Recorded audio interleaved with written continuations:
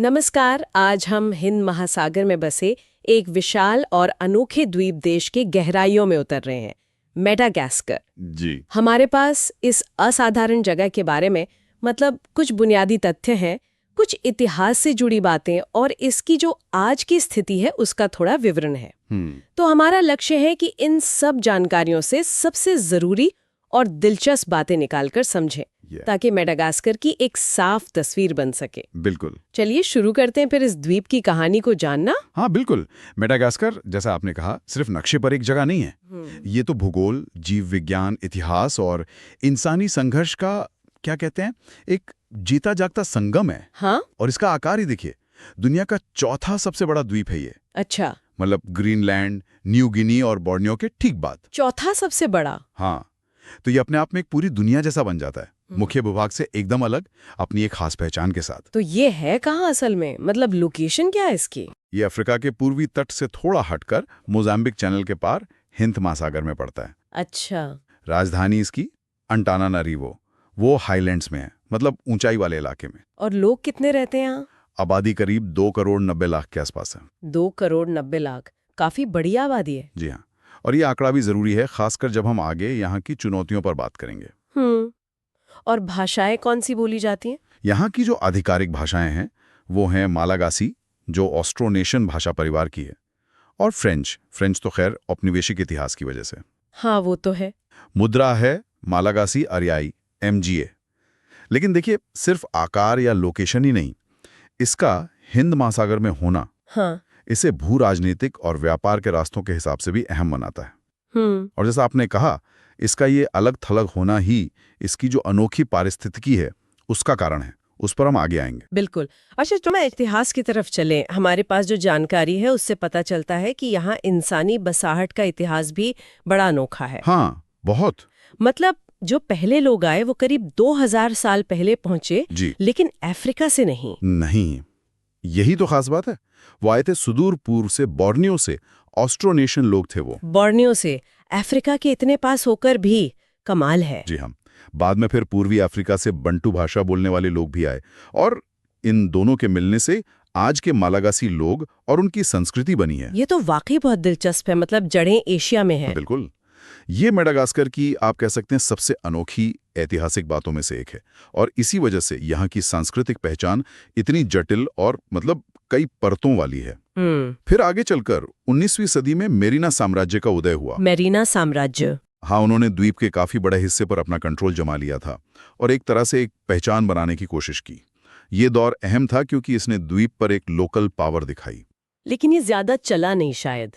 नहीं, ज्यादा लंबा नहीं चला, क्योंकि फिर यूरोपीय औपनिवेशिक ताकतों की नजर इस पर पड़ गई। फ्रांस की? हाँ, 1896 में फ्रांस ने इस पर कब्जा कर लिया और ये एक फ्रांसीसी उपनिवेश बन गया, और ये दौर करीब 60 साल तक चला। 60 साल? इसका असर तो काफी गहरा पड़ा होगा। बहुत गहरा, और कई तरह का।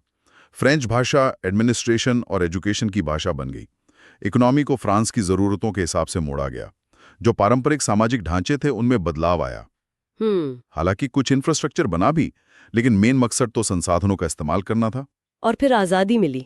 जी, 1960 में मेडागास्कर को स्वतंत्रता मिली और ये एक रिपब्लिक बना।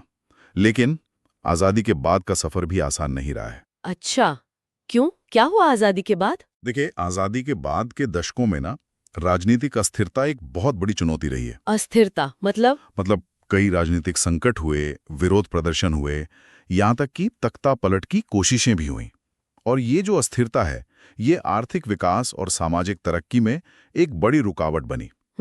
अभी जो राष्ट्रपति हैं वो एंड्री राजोएलिना है, और हाल के सालों में थोड़ी स्थिरता लाने और कुछ जरूरी सुधार करने पर जोर दिया गया है। लेकिन माहौल अभी भी, आप कह सकते हैं, थोड़ा नाजुक ही माना जाता है। ये अस्थिरता शायद उसी विरोधाभास को समझने में मदद करती है जिसके बारे में हम शायद आगे बात करेंगे। इतनी क्षमता है लेकिन हालात मुश्किल हैं। बिल्कुल सही पॉइंट है। चलिए अब अर्थव्यवस्था पर आते हैं।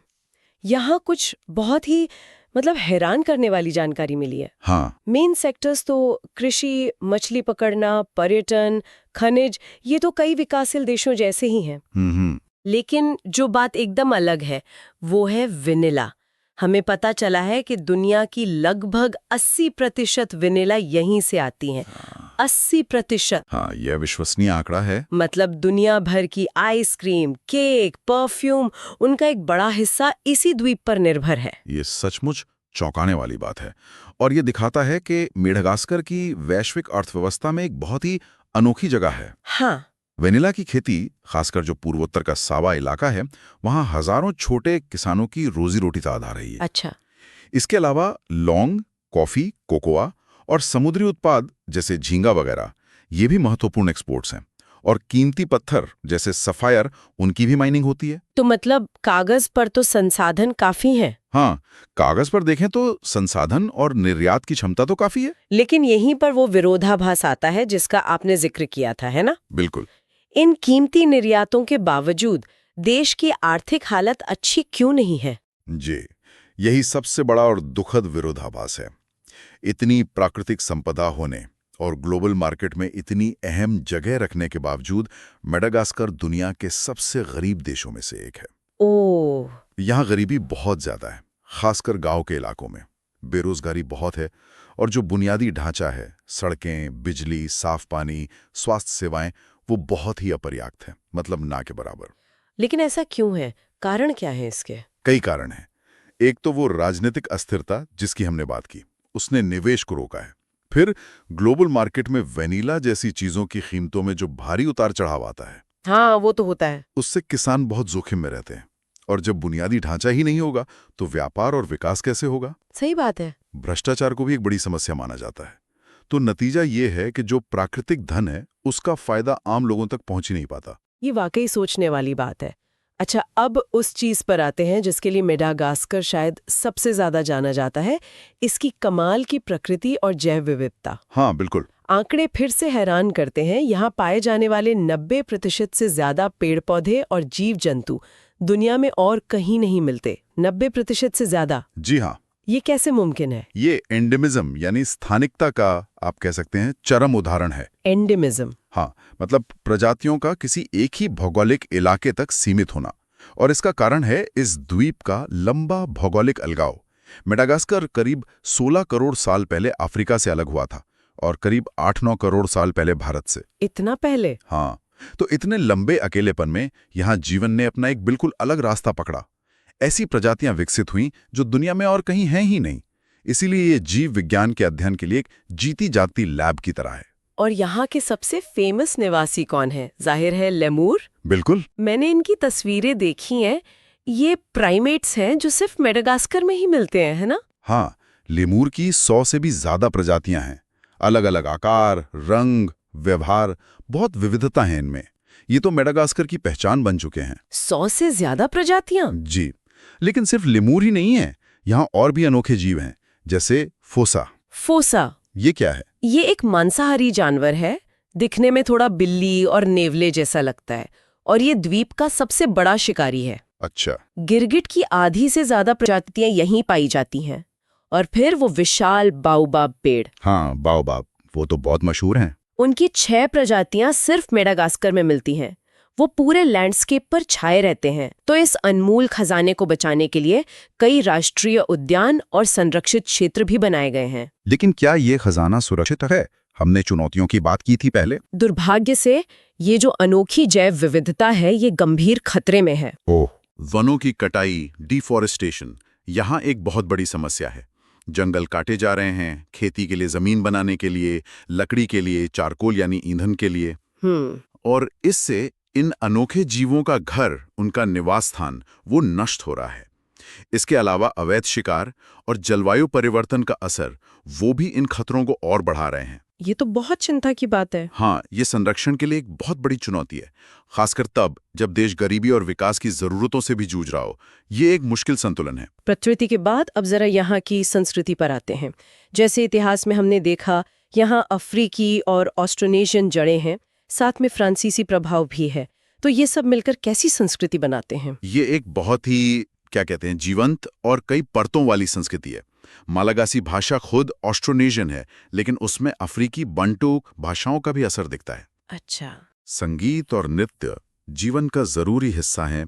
जिनमें अक्सर पारंपरिक वाद्य यंत्रों का इस्तेमाल होता है।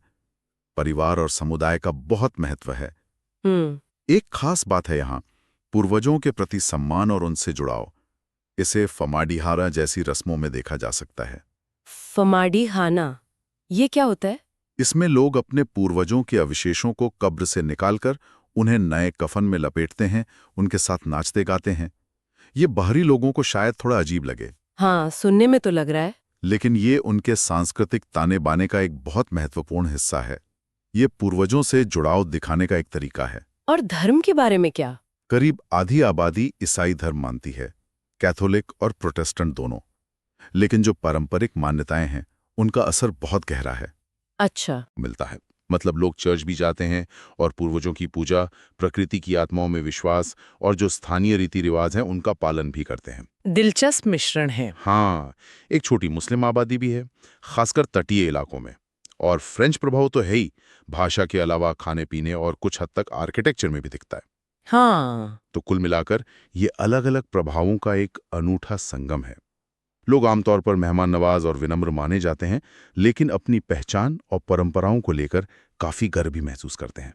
हमने अर्थव्यवस्था और पर्यावरण की चुनौतियों का जिक्र किया। क्या सामाजिक स्तर पर भी बड़ी चुनौतियां हैं? हाँ, बिल्कुल है। गरीबी, जैसा मैंने कहा, वो सबसे बड़ी और जड़ समस्या है, और उससे कई और समस्याएं जुड़ी हुई हैं। जैसे कि? जैसे स्वास्थ्य सेवाओं तक पहुंच बहुत सीमित है, खासकर गांव देहात में। मातृ एवं शिशु मृत्यु दर काफी ऊंची है। बच्चों में कुपोषण एक गंभीर चिंता का विषय है। कुपोषण? हाँ, और इसका उनके शारीरिक और मानसिक विकास पर बहुत लंबा असर पड़ता है। फिर शिक्षा व्यवस्था भी संघर्ष कर रही है। स्कूलों की कमी है, टीचरों की कमी है, पढ़ाई की गुणवत्ता की समस्याएं हैं। नतीजा ये होता है कि बहुत से बच्चे, खासकर गरीब परिवारों के, अच्छी शिक्षा से दूर रह जाते हैं, और ये गरीबी के चक्र को तोड़ने में एक बहुत बड़ी बाधा बन जाता है। और वो जो राजनीतिक अस्थिरता की बात हुई थी, उसका इन सामाजिक चुनौतियों पर क्या असर पड़ता है? वो इन समस्याओं को और बढ़ा देती है। देखिए, जब सरकारें बदलती रहती हैं या अनिश्चितता का माहौल होता है, तो लंबी अवधि की विकास योजनाएं बनाना और उन्हें लागू करना बहुत मुश्किल हो जाता है। हाँ, जाहिर है। स्वास्थ्य और शिक्षा जैसे जरूरी क्षेत्रों में जो निवेश होना चाहिए वो नहीं हो पाता है। ये विदेशी निवेश को भी रोकता है, जिससे रोजगार के अवसर कम होते हैं। इसके अलावा, जैसा हमने पहले बात की, जलवायु परिवर्तन का बढ़ता असर, जैसे ज्यादा तेज तूफान आना, लंबा सूखा पड़ना, ये खेती पर निर्भर आबादी के लिए जीवन को और मुश्किल बना रहा है। और खाने की कमी का खतरा बढ़ जाता होगा। बिल्कुल, खाद्य असुरक्षा और लोगों के विस्थापन का खतरा बढ़ जाता है। और इन सब के बीच वो वनों की कटाई का मुद्दा है ही, जो न सिर्फ जैव विविधता को खत्म कर रहा है, बल्कि मिट्टी के कटाव और पानी की स्रोतों पर भी बुरा असर डाल रहा है। इसका सीधा असर स्थानीय लोगों पर पड़ता है। तो ये सारी चुनौतियां एक दूसरे से जुड़ी हुई हैं। हाँ, गहराई से जुड़ी हुई है। एक दुष्चक्र जैसा बन जाता है। तो अगर हम सब कुछ समेटें, मेडागास्कर की कहानी क्या है? ये एक ऐसी जगह लगती है जहां प्रकृति ने तो अपना खजाना लुटा दिया है, लेकिन इंसानी हालात बहुत बहुत कठिन है। बिल्कुल सही कहा आपने। ये विरोधाभासों का द्वीप है। एक तरफ दुनिया की सबसे अनोखी जैव विविधता, लेमूर और बाओबाब जैसे अद्भुत जीव और पेड़, वैनिला जैसी कीमती फसलें और एक समृद्ध मिलीजुली संस्कृति। हाँ। और दूसरी तरफ भयानक गरीबी, राजनीतिक अस्थिरता का इतिहास, अपर्याप्त बुनियादी ढांचा और गंभीर पर्यावरणीय चुनौतियां, खासकर वनों की कटाई। तो मुख्य बातें जो याद रखने लायक हैं, वो क्या होंगी? मेरे ख्याल से मुख्य बातें हैं: दुनिया का चौथा सबसे बड़ा द्वीप, ऑस्ट्रोनेशियन और अफ्रीकी जड़ों का संगम, वैश्विक वेनिला का गढ़, अद्वितीय स्थानिकता यानी एंडेमिज्म, लेकिन साथ ही गरीबी, अस्थिरता और पर्यावरण विनाश से जूझता हुआ एक देश। क्या भविष्य के लिए कोई उम्मीद की किरण दिखती है? मतलब किन चीजों पर ध्यान देने की सबसे ज्यादा जरूरत है? देखिए, सुधार के लिए राजनीतिक स्थिरता और अच्छा शासन वो सबसे पहली जरूरत है। जब तक एक स्थिर और असरदार सरकार नहीं होगी, तब तक लंबा विकास संभव नहीं है। बुनियादी ढांचे, सड़कें, बिजली, पानी, इंटरनेट कनेक्टिविटी, इसमें बहुत बड़े निवेश की जरूरत है, ताकि व्यापार बढ़ सके और लोगों का जीवन स्तर सुधरे। शिक्षा और स्वास्थ्य। हाँ, शिक्षा और स्वास्थ्य सेवाओं में सुधार अगली पीढ़ी के भविष्य के लिए बहुत जरूरी है। और सबसे बढ़कर विकास और पर्यावरण संरक्षण के बीच एक संतुलन खोजना होगा। ये शायद सबसे मुश्किल काम है। हाँ, ये शायद सबसे मुश्किल चुनौती है लोगों की, जो फौरी ज़रूरतें हैं उन्हें पूरा करते हुए द्वीप की इस अनमोल प्राकृतिक विरासत को कैसे बचाया जाए। इसमें अंतर्राष्ट्रीय सहयोग और समर्थन की भी बड़ी भूमिका हो सकती है। तो ये थी मेडागास्कर की हमारी पड़ताल, एक ऐसी जगह जो हमें अचंभित भी करती है और कहीं ना कहीं चिंतित भी। हाँ, और यहाँ एक सवाल सोचने पर मजबूर करता है, और ये सिर्फ मेडागास्कर के लिए नहीं है, बल्कि शायद कई ऐसे देशों के लिए है। क्या सवाल? कि एक ऐसा देश जिसके पास दुनिया के लिए इतनी अनमोल प्राकृतिक धरोहर है, उसे बचाने की जिम्मेदारी आखिर है किसकी? क्या ये सिर्फ उसी देश की जिम्मेदारी है जो खुद गरीबी और अस्थिरता से जूझ रहा है, या फिर हम सब का, मतलब वैश्विक समुदाय का, जो उस देश के संसाधनों का इस्तेमाल करता है, जैसे वेनिला का, और उसकी जैव विविधता के खत्म होने से चिंतित भी है? क्या हमारी भी इसमें कोई सक्रिय भूमिका होनी चाहिए? ये एक अहम सवाल है। और अगर हाँ, तो वो भूमिका कैसी हो जो वहां के लोगों की जरूरतों और उनकी संप्रभुता का भी सम्मान करें? ये एक बहुत ही जटिल, नैतिक और व्यावहारिक प्रश्न है जिस पर हमें सोचना चाहिए।